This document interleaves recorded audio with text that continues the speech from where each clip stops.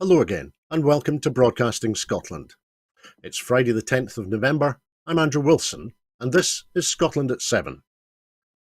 This evening I have the latest daily update from Ukraine on day 625 of the illegal Russian war of aggression and imperial ambition. Then I'll take you through today's headlines and also the latest information from Gaza and Israel. And then I will introduce our guest, and then together we will take a particular look at the current events in Gaza and also their political implications here. A Ukrainian strike on occupied Skadovsk in the Kherson region reportedly hit a base for the FSB, Russia's federal spy service. Reuters reported that 5 people were killed in the attack yesterday. Various reports said high-ranking Russian officers were killed.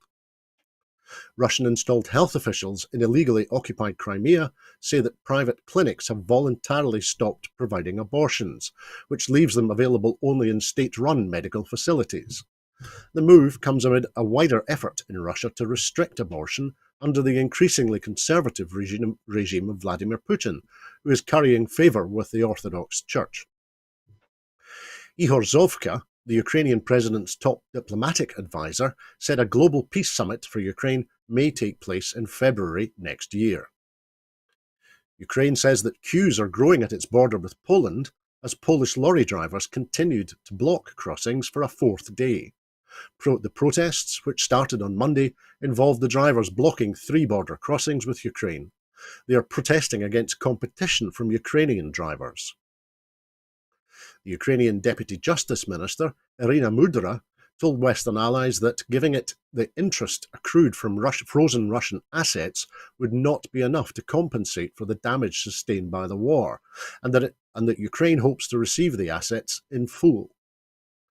Germany has issued a new defence policy guideline for the first time in over a decade. The 19-page document details the implications for Germany's military of the Zeitenwende, the major policy shift from German Chancellor Olaf Scholz, which was announced after Russia's invasion of Ukraine in February 2022. And the Kremlin is reported to be moving to absorb former Wagner soldiers into Russia's military structures.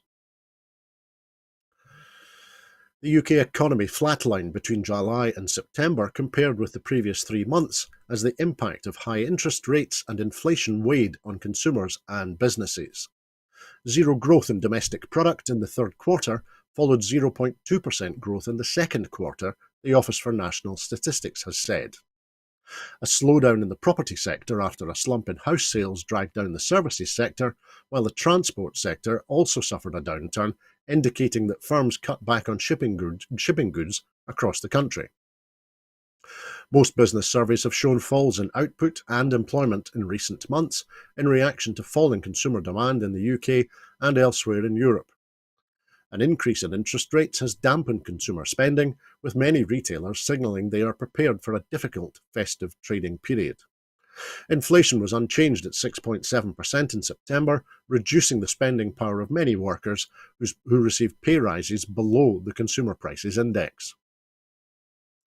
Labour are urging MPs not to undermine the party in Scotland by supporting the SNP's motion demanding a ceasefire next week, according to a report in The Guardian. Sir Keir Starmer is facing a rebellion over his refusal to back a ceasefire in Gaza. As many as a dozen shadow ministers may be ready to resign rather than vote against the SNP motion calling for a ceasefire in the Middle East.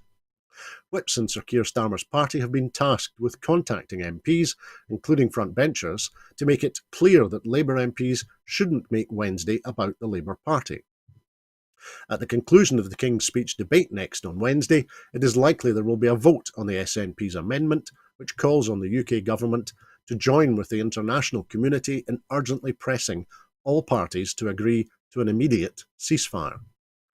The Guardian are reporting that a script being used by Labour Party whips instructs them to be firm with frontbenchers and MPs, warning them that these votes will not change the facts on the ground. The choice on Wednesday is to stick together or to support the SNP over the Labour Party and undermine our party in Scotland.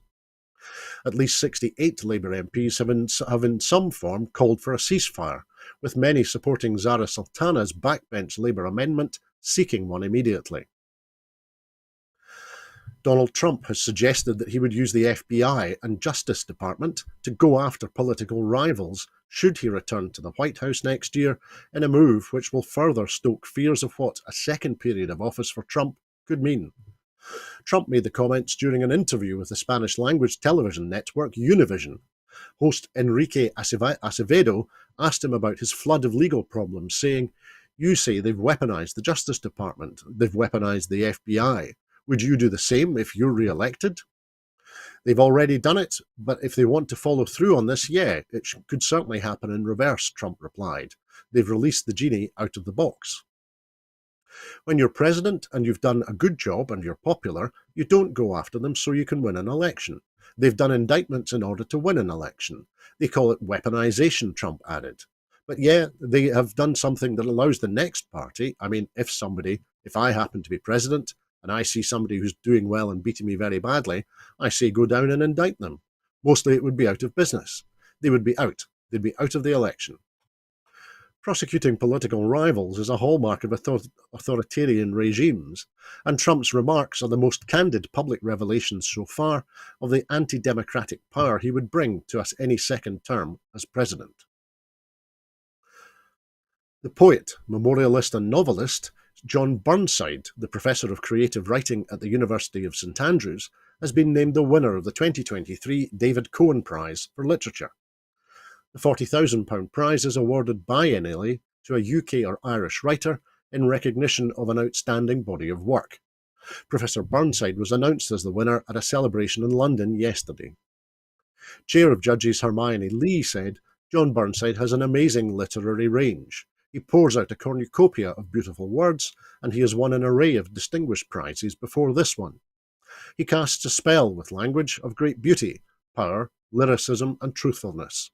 There is much sorrow, pain, terror, and violence lurking in his work, but he is a strong, powerful writer about the dark places of the human mind, but he's also funny and deeply humane." Professor Burnside has written 16 books of poetry, including Black Cat Bone, which won both the T.S. Eliot and the Forward Prizes in 2011, and most recently Ruin Blossom, which will be published in April next year. Amongst his prose work are the novels Glister and A Summer of Drowning, 3 memoirs, of which the most recent is I Put a Spell on You and The Music of Time, a personal history of 20th century poetry, which was the Financial Times Book of the Year in 2019. Now, we'll turn to events in Israel and Gaza now, because at least 10,812 Palestinians, including 4,412 children, have been killed in Israeli strikes in Gaza since the 7th of October, the Health Ministry in Gaza has said in its latest update yesterday. 18 Palestinians have been killed and at least 20 others injured by the Israeli Defense Forces during a raid yesterday on Jenin City and its refugee camp in the occupied West Bank. According to Palestinian Health Ministry figures, at least 178 Palestinians have been killed in the West Bank since the 7th October attack. The Palestine Red Crescent Society said one of their paramedics was shot in the back and wounded by Israeli forces targeting an ambulance during the raid in Jenin refugee camp in the occupied West Bank. Thousands of Palestinians continue to flee south from northern Gaza. Israel said it allowed movement along the Salah al-Din road, the main highway that runs along the Gaza Strip, for the 5th consecutive day. Images of the mass exodus showed many people evacuating on foot, with their belongings tied to their backs, some pushing wheelchairs and prams. Benjamin Netanyahu is reported to have rejected an offered deal for a 5-day ceasefire with Palestinian militant groups in Gaza in return for the release of some of the hostages held in the territory early in the stages of the war. The Israeli Prime Minister told Fox News yesterday his country does not seek to conquer, occupy or govern Gaza after its war against Hamas, but a credible force would be needed to enter the Palestinian territory if necessary to prevent the emergence of militant threats. The Palestinian Authority has told the Biden administration that it is open to a governance role in Gaza after the war ends, if the US commits to a full-fledged two-state solution to end the Israeli-Palestinian conflict, according to a report in the New York Times. The White House announced that Israel would begin to implement 4-hour humanitarian pauses in parts of northern Gaza to allow people to leave. The US National Security spokesperson, John Kirby, described it as a significant first step. The US State Department later said on yesterday that there will be 2 humanitarian corridors for civilians to leave hostile areas of northern Gaza. The Israeli military has said it has not agreed to a ceasefire, but that it will continue to allow tactical local pauses to let in humanitarian aid into Gaza. Israel's defense minister, Yoav Gallant, said it was undertaking localized and pinpoint measures for civilians to leave, but these things do not detract from the war fighting, he said. Any plans for short-term pauses in the fighting in Gaza must be carried out in coordination with the UN and after agreement by all sides in order to be truly effective, a UN spokesperson, Stefan Dujarric, has said. Officials and diplomats are negotiating a days-long ceasefire in Gaza in exchange for the release of hostages, including children, women, elderly and sick people, according to media reports. The discussions include the possibility of a 1 to 3 day ceasefire, although nothing has been agreed, sources with knowledge of the negotiations have said. Yemen's Houthi forces have said they launched a barrage of ballistic missiles targeting various sensitive targets in southern Israel. The Rafah border crossing between Gaza and Egypt reopened yesterday for limited evacuations. Nearly 700 foreign passport holders and dependents were reportedly able to leave Gaza through the crossing yesterday, as well as 12 medical evacuees and 10 companions. That's after the crossing was suspended for a day. About 100 trucks carrying food, medicines and water also reportedly crossed into Gaza yesterday. And the International Red Cross temporarily paused its patient escorts after its convoy of trucks came under fire in Gaza. William Schomburg, the head of the organization's Gaza office, called the incident deeply alarming and unacceptable, but the organization has since resumed bringing patients to the Egypt border crossing. Now, we're lucky enough to be joined this evening by Dr. Philippa Whitford, MP. Philippa is an SNP politician and a surgeon. Originally from Northern Ireland, she was first elected as the Member of Parliament for Central Ayrshire in May 2015. She served as the SNP spokesperson for Scotland from December 2022 to September 2023, and she was also the SNP's health spokesperson in the House of Commons between 2015 and 2021. Dr. Whitford worked as a consultant breast surgeon at Crosshouse Hospital for more than 18 years. And just after the first Gulf War and during the first Palestinian Intifada, she served for a year and a half as a medical volunteer in the United Nations Al-Ahli Hospital in the Gaza Strip. She also spent the 2016 parliamentary recess travelling to the West Bank to operate on 4 women suffering from breast cancer, and she visited Gaza to advise local hospitals on how to improve healthcare. Dr. Whitford has continued that work up to this day, setting up a medical bridge between medical practitioners in Gaza and in Scotland. Dr. Whitford, good evening. How are you keeping? I'm fine, thank you, Andrew. Well, thank you very much for joining us on Broadcasting Scotland on your Friday evening. We really appreciate it. So firstly, Philippa, the item I read a few moments ago that there will be a vote on the SNP's amendment to the King's Speech on Wednesday, which calls on the UK government to join with the international community in urgently pressing all parties to agree to an immediate ceasefire, but Labour whips are telling their MPs not to support the SNP amendment. Why do you think is Keir Starmer doing this? And at the same time, what is he actually doing about the situation in Gaza?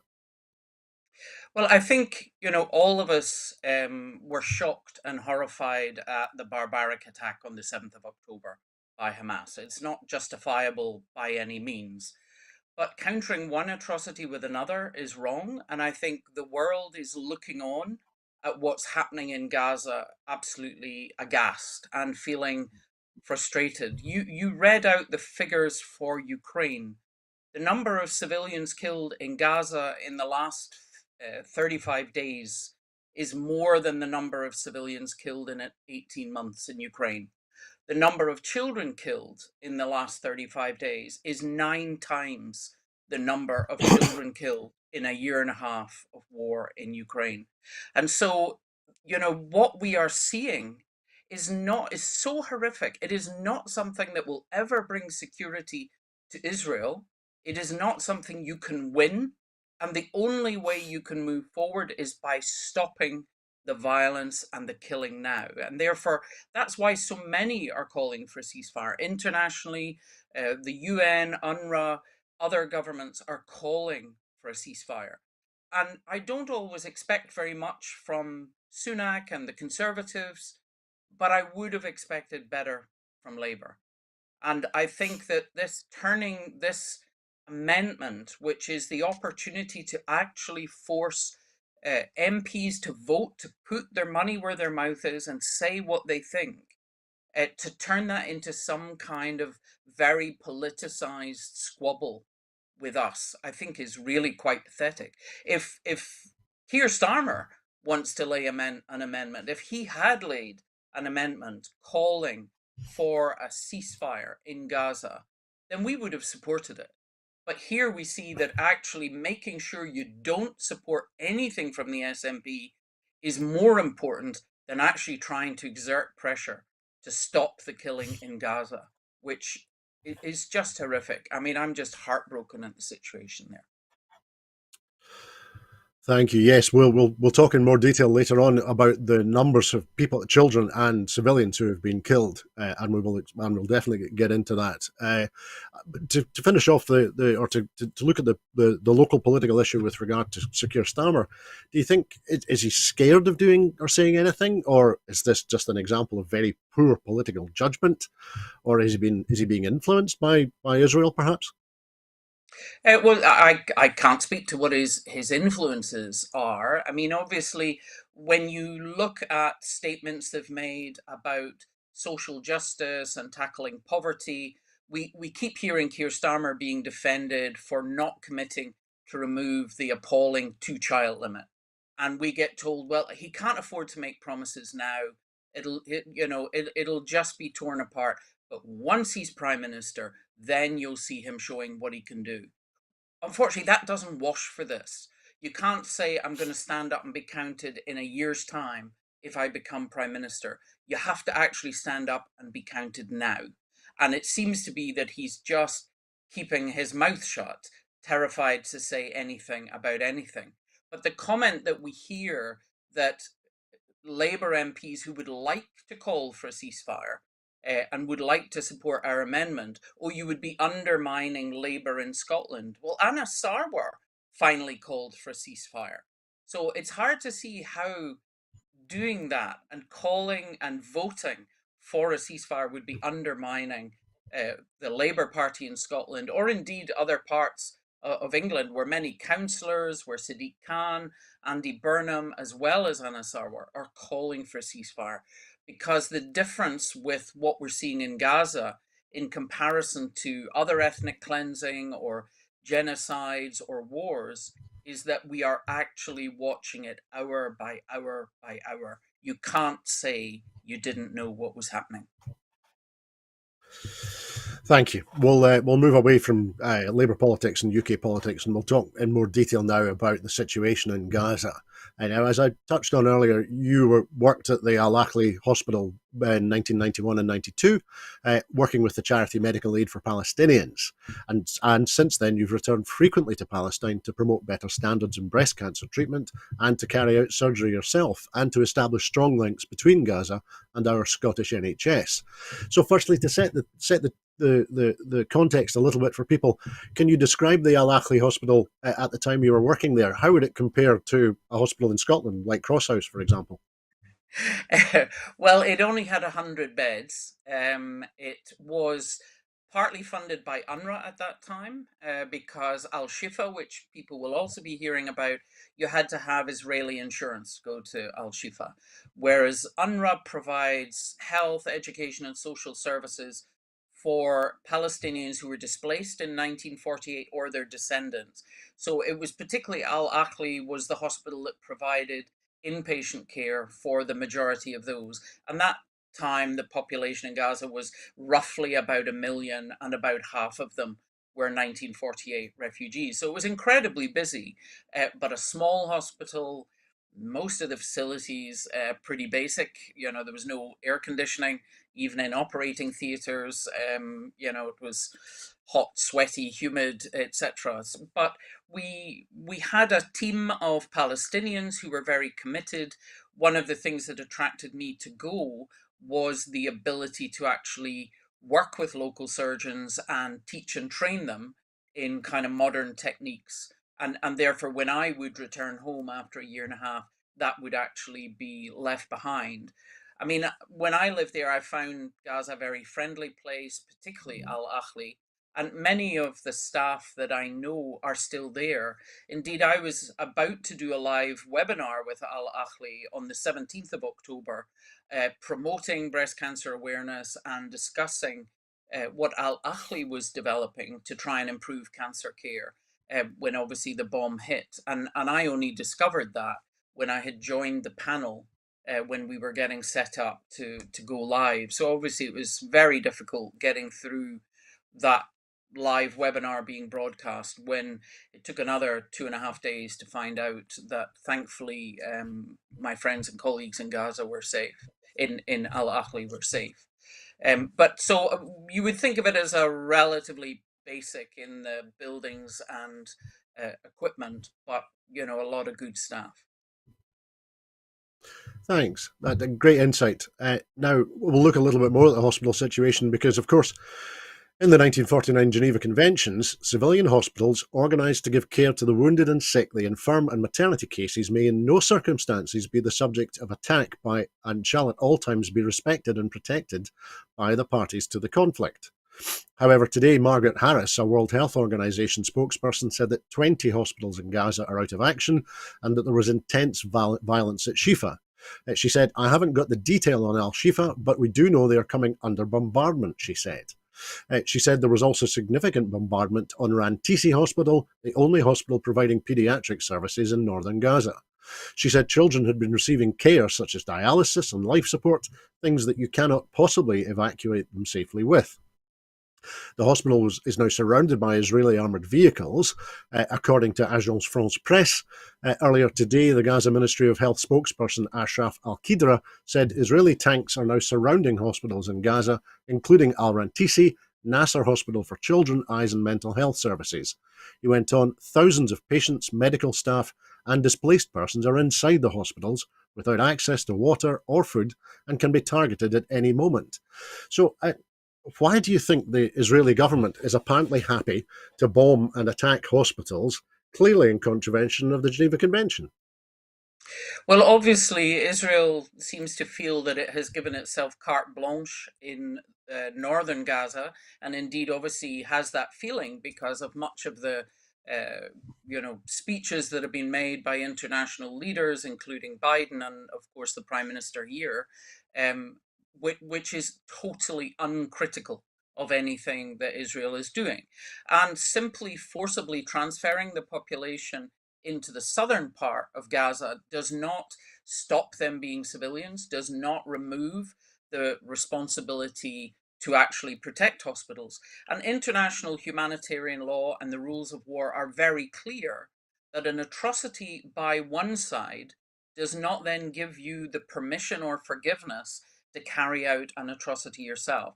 So much as Hamas committed an atrocity on the 7th of October, it doesn't give Israel carte blanche to break the rules of war.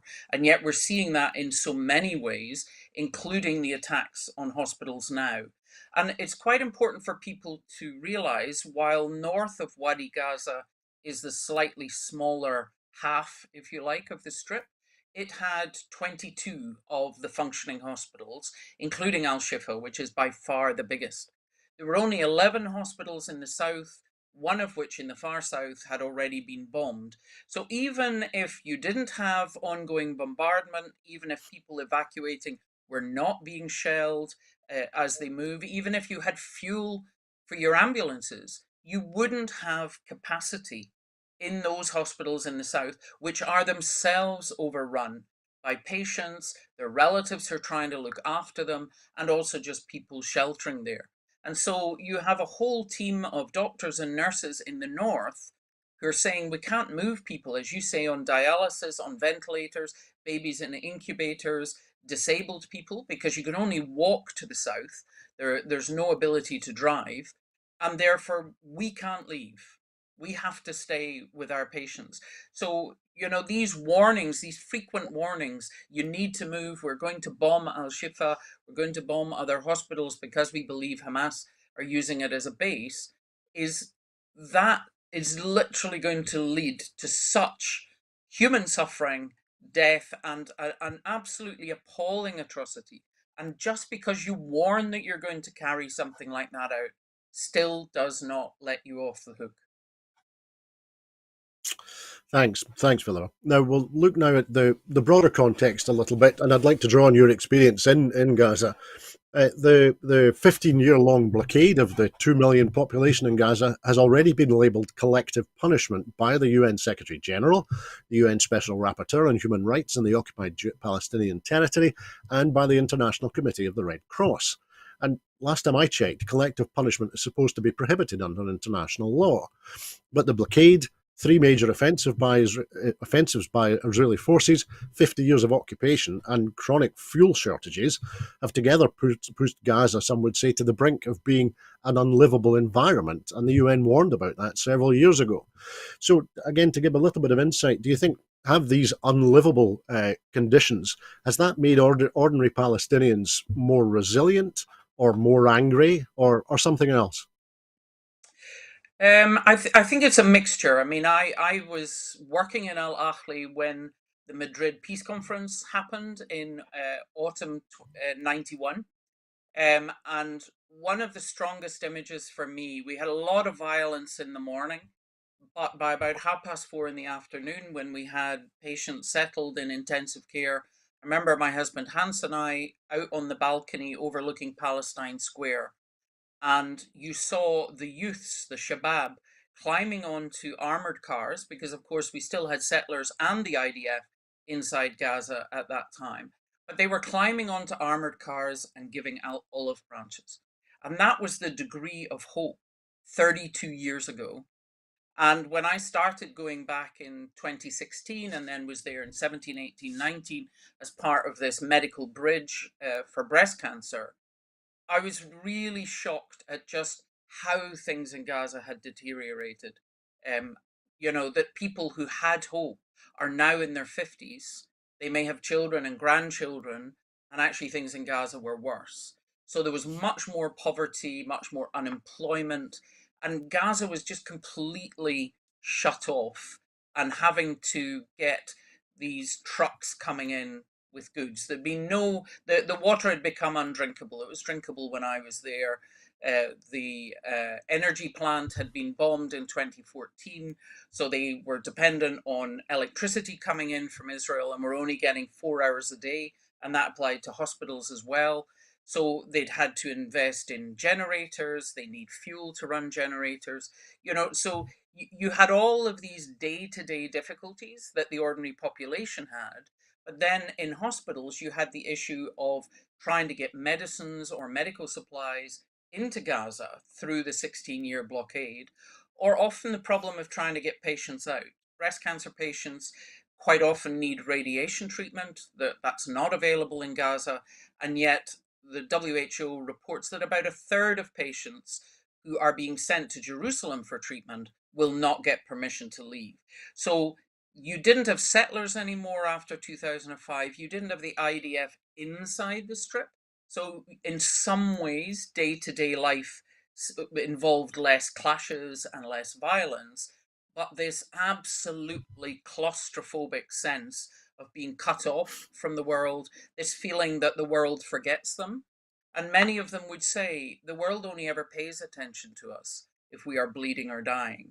And I think one of the biggest calls when we get through this acute crisis is the international community needs to stop ignoring the Israel Palestine question.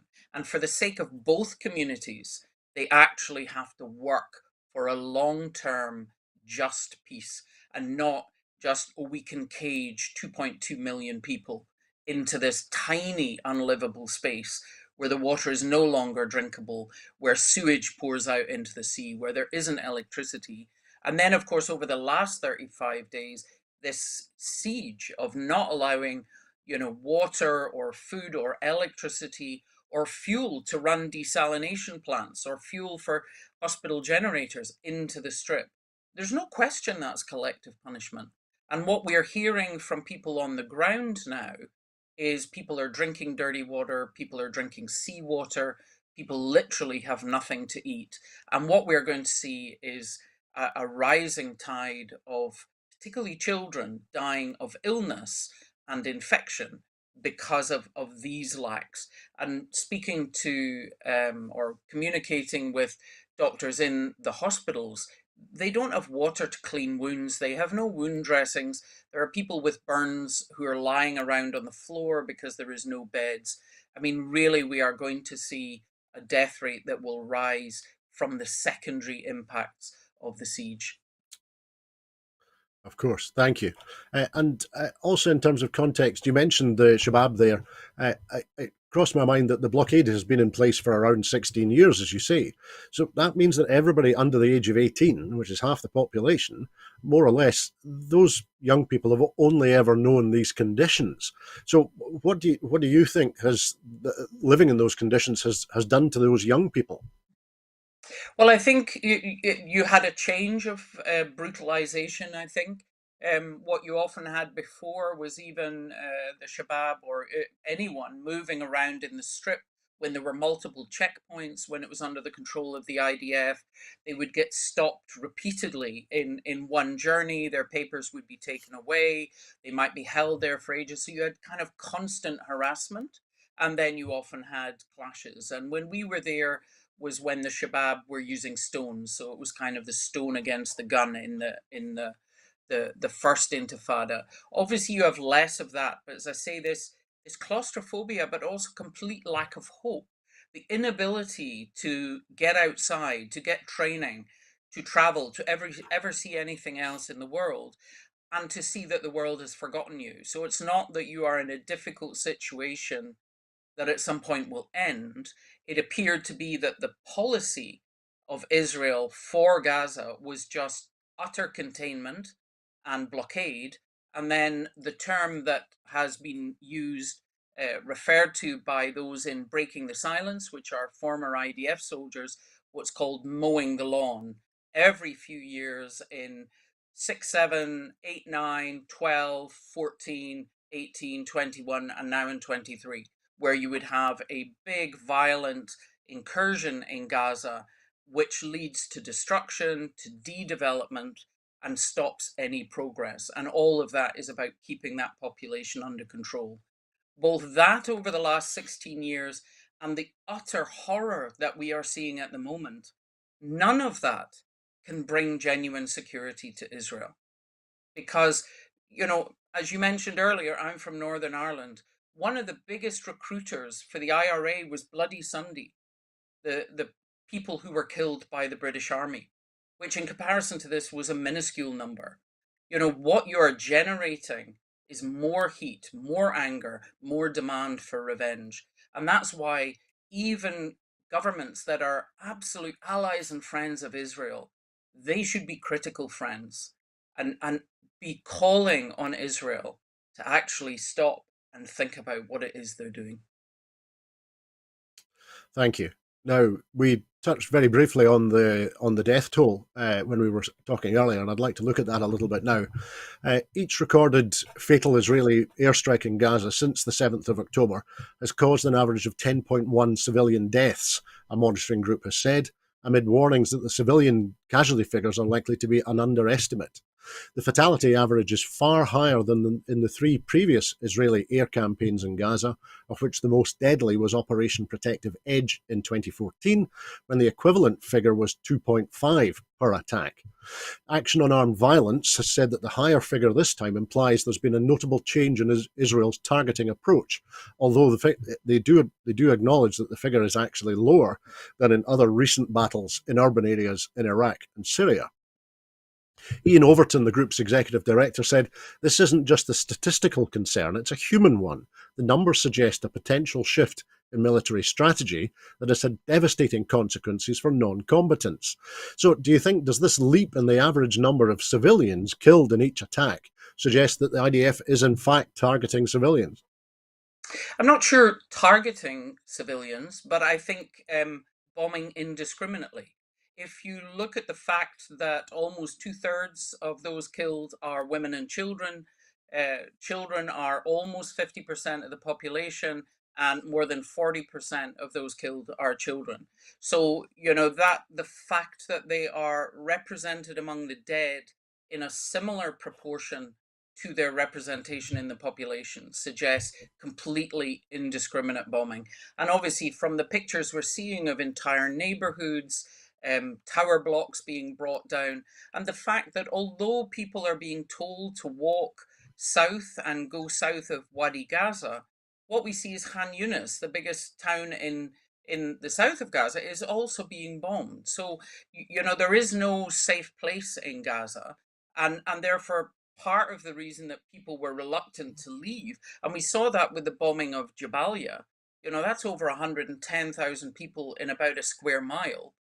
And when you saw the people who came out to dig in the rubble, you realize how many civilians are still in the north because they either would have difficulty traveling south, they don't believe they'll be safe in the south, and they categorically believe they would never be able to come back home. So, we are seeing just massive destruction of houses, damage of hospitals, bombing of UN schools, which are normally used as shelters, and indeed many in the population headed straight to UN buildings thinking they would be safe. But actually, we are seeing all of these well known and well identified to the IDF structures being bombed. And therefore, it does appear to be what some of the rhetoric tragically has been from Israeli politicians. There are no civilians in Gaza. Everyone is culpable. Everyone is a target. And that is simply against the rules of war. And as I said, the fact that Hamas broke the rules of war, and there is no doubt of their targeting of civilians on the 7th of October, that does not forgive or justify the absolute horror that we're watching at the moment. And as I say, I think we will see the death toll from disease rise. It's estimated that there are still, hundreds, possibly thousands who are in the rubble. And I think when we start to see that cleared, particularly children will come to light because it is much harder when you've had a child killed in rubble to identify who they are. They don't have wallets, they don't have IDs. And I think the only dead that are recognized and listed by the health ministry are where people have been taken to a hospital, certified death, registered dead. There will be a lot of dead who have not yet been counted. That's a very good point. Thank you. I wanted to focus one more time on this particular aspect, because the attacks in the Gaza Strip have resulted in the death of a Palestinian child every 7 minutes since the 7th of October. That's according to Euromed Human Rights Monitor. They say that the bloody toll is unprecedented in modern history, and the number of children killed in Gaza now far exceeds the number of children killed in the entire first year of the war in Ukraine. Over the course of the first 24 days of airstrikes and shelling in Gaza, 3,457 children were confirmed killed, with over 1,000 more reported missing beneath the debris of buildings. Now, based on data from the UN, that figure is more than 10 times the number of children killed in the first year of Russia's war in Ukraine. And Save the Children has revealed that the numbers of minors killed in Palestine in the last 3 weeks alone surpasses the number of those children killed in conflicts worldwide in 2020, 2021, and 2022.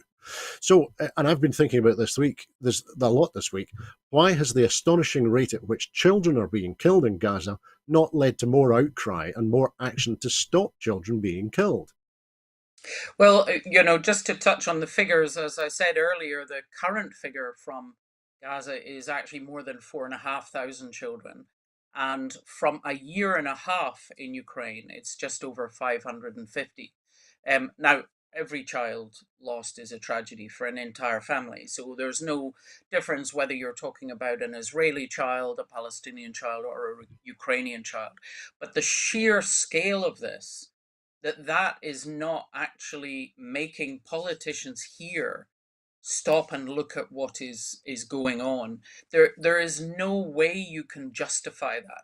And as I say, it is due to this complete indiscriminate bombing that we're seeing, not just of Gaza City, not just of military targets, but of what the Israelis described going for damage rather than accuracy. And of course, children can't run away. They are small, they're vulnerable, and I mean, this number is eye-watering, absolutely eye-watering, and I don't understand why that doesn't have our prime minister and the leader of the opposition, who might have said, "Oh well, we stand with Israel," right back in the first week of October, but should now be saying, this can't be justified. You cannot justify killing children at that rate. And as I say, if you actually include women and children, you're up over 60% of the people killed. This is not targeting military people. If you look at the damage in Jabalia, where approximately 6 one-ton bombs were dropped on that small square mile with over 100,000 people in it, of course you are going to kill massive numbers of civilians. And if you look at, in the rules of war, proportionality, that is very clear.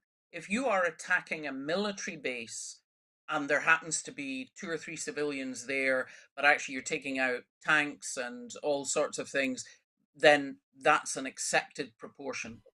If you have someone who's hiding in a school and you bomb a school to hit one person, that is not by international lawyers considered proportional. And that's what we're seeing.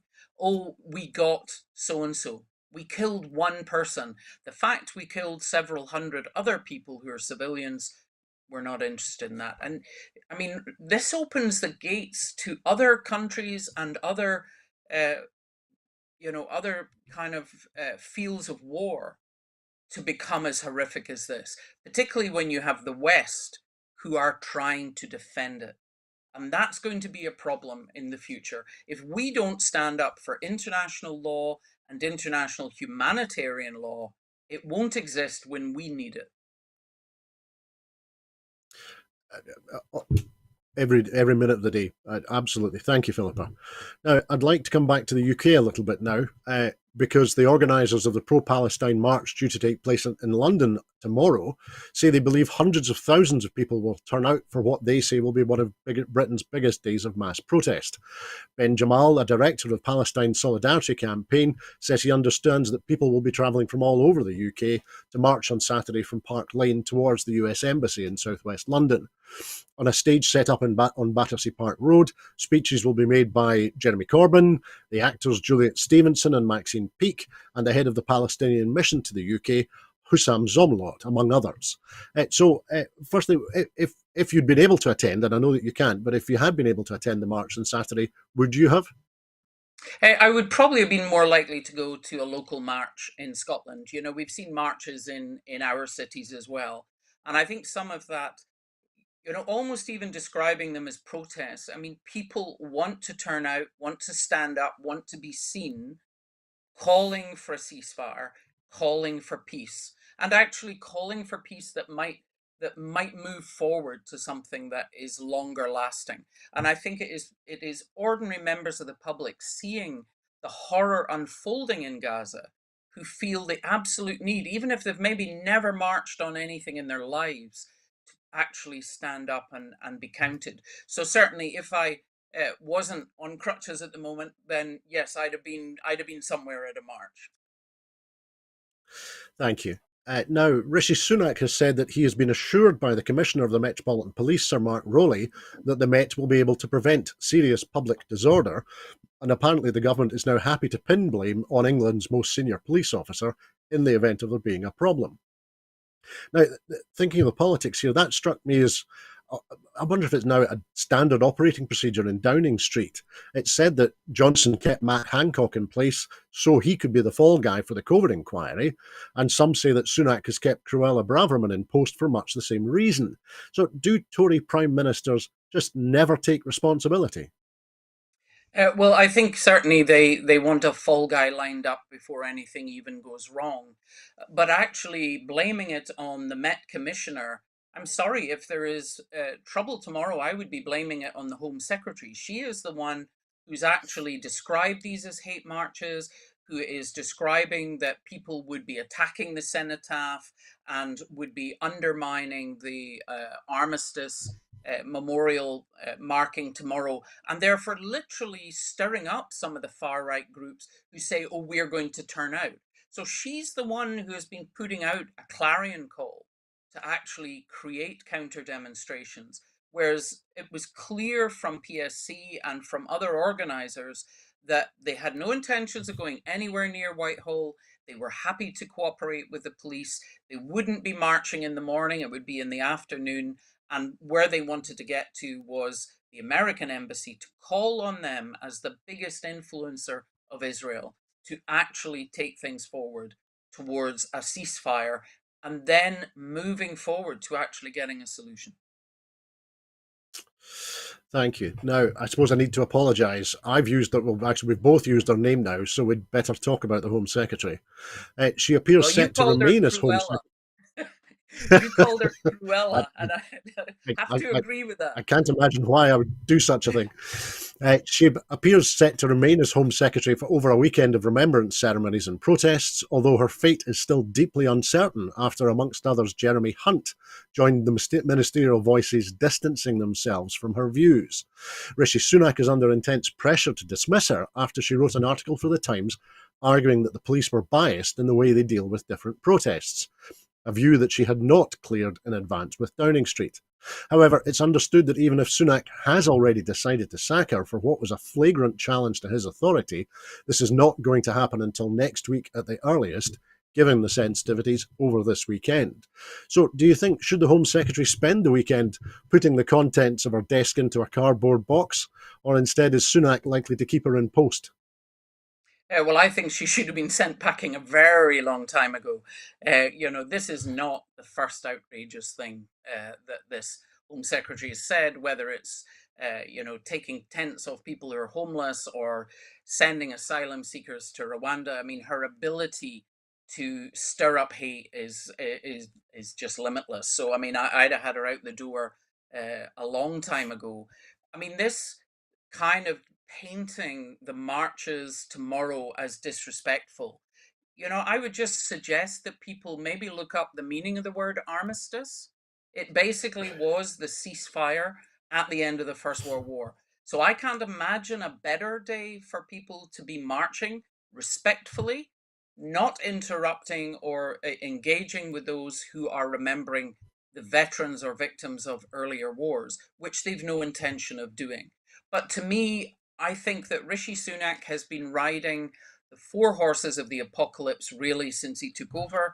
Suella Braverman represents the far right. And, looking at the other things she's done, I wonder whether he feels he simply can't get rid of her, or else he has a whole faction of his party who will start trying to undermine him. But that's been going on literally since he took over last autumn. Thank you. And I was going to ask you, why do you think that she's doing what she's doing, seizing all of the attention away from the Prime Minister and all of the coverage while retoxifying the toxic Tory party? What's her end game, do you think? Well, I think she accepts, as many Tories accept, that they are probably not going to win the next election. So she's reckoning that Sunak will be out and there'll be space for the future leader of the opposition, and she fancies her chances. And therefore, she is encouraging what would be her absolute base. And she is throwing as much raw meat out as she possibly can manage to try and build that kind of core support for her in the future. And if she can take attention away from Sunak, then she's quite happy to do that. So I think it's because she has leadership aspirations in the future. But God help us if she's the leader of the opposition, and even more, God help us if she ever becomes a future prime minister. I think that's a perspective that's shared by a lot of people at the moment. You touched on this very slightly, and I wanted to ask you about it. There are concerns that Braverman and therefore the cabinet's rhetoric, cabinet responsibility, could make it more likely that there will be trouble on the margins of the protests tomorrow, with the founder of the English Defence League, Tommy Robinson, otherwise properly known as Stephen Yaxley Lennon, among those on the far right seeking to mobilise supporters. So do you think that there is a prospect that the far right will answer the Home Secretary's dog whistle? Oh, I think there is. I would hope the numbers will be small. I would expect the Met Police to be prepared for that. I would hope that those who are marching for peace in Palestine and Israel, and for a ceasefire now, that they will not rise to any provocation. I think that would be the best answer to counter demonstrations or people, trying to stir them up, trying to deliberately create trouble so that this march can be branded as, a hate march, which obviously, simply would basically be falling into the trap from Suella Braverman. So I think the Met Police will be well prepared. I don't think the numbers will be high. They're probably not even an organized group. It's probably a whole lot of little factions. But I certainly hope that those who are marching in support of a ceasefire and peace in Palestine would actually make sure they don't rise to provocation. Thank you. And I was just wondering, for those who seem to be convinced that England's civic society, its public realm, is crumbling after 13 years of Tory misrule, a public disorder or a riot, an armistice day, would be pretty powerful evidence of their conclusions, don't you think?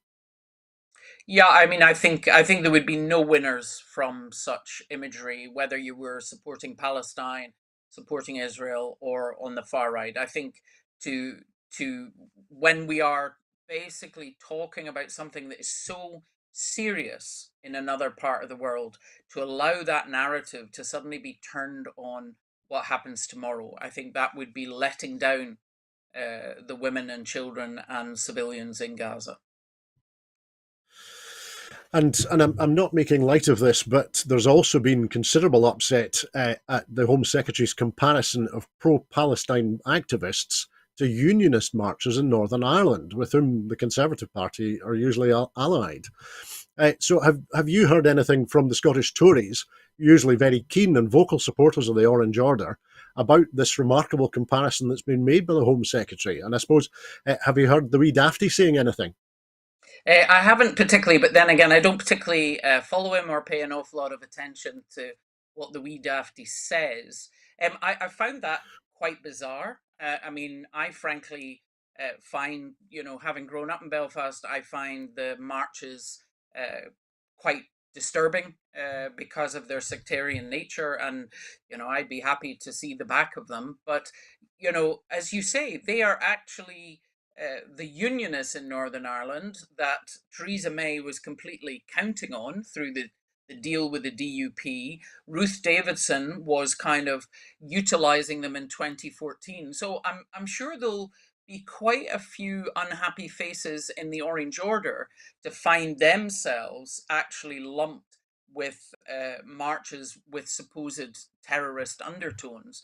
So I don't think she'll have made any friends, certainly in Northern Ireland. And, in the Brexit process, we saw Northern Ireland used as a stick to hit the EU with, and all of the trouble that came from that. And to now have her just casually stirring the pot in Northern Ireland for her own gain, I just shows a complete lack of respect for the people in Northern Ireland of both communities. And I think it's disgraceful. But obviously, we have Orange Order in Scotland, and I think a lot of them will be pretty darned offended at what she said. Thank you, Philippa. That's been a great insight from your own experience, both in working in Gaza and in politics in Westminster. And we're very grateful to you for joining us on Broadcasting Scotland and sharing that experience and that analysis with us. Because I'm afraid that's all that we have time for this evening. In making these programmes, Broadcasting Scotland depends on the generosity of viewers and others who value our distinctive approach to news, current affairs and culture. Please help us to continue to make these programmes, to develop the station and to make new programmes for you. Our programmes will always be free to view, but if you can afford £5 a month, please consider becoming a Broadcasting Scotland supporter. Our need to reach our £30,000 target to continue to pay our bills is still really pressing. Due to the generosity of our supporters, we've now raised nearly £20,700. However, our need to raise the remaining £9,300 is now really urgent. To everyone who has donated and to everyone who's signed up to make a regular monthly payment as a Broadcasting Scotland supporter, thank you very much. There are other ways in which you can contribute to our work. If you would like to volunteer to work with Broadcasting Scotland, either behind the scenes or in front of the cameras, or in any other way that helps our work, then please visit our website at www.broadcastingscotland.scot and send us a message there. You can find us on Twitter and Blue Sky at BroadcastScot. Please like and retweet us there. And you can also find us on Facebook by searching for Broadcasting Scotland. When you're watching us on YouTube, it would be great if you would like and subscribe to Broadcasting Scotland on that platform. We will be back at 12 noon on Sunday for the next edition of the Full Scottish, so please come and join us then. I'd like to say thank you to everyone who has been watching this evening, and of course, I'd like to give a very special thanks to our extremely special guest, Dr. Philippa Whitford MP. Thank you, Philippa. You're welcome. Please look after yourselves and please have a very peaceful weekend. Bye-bye.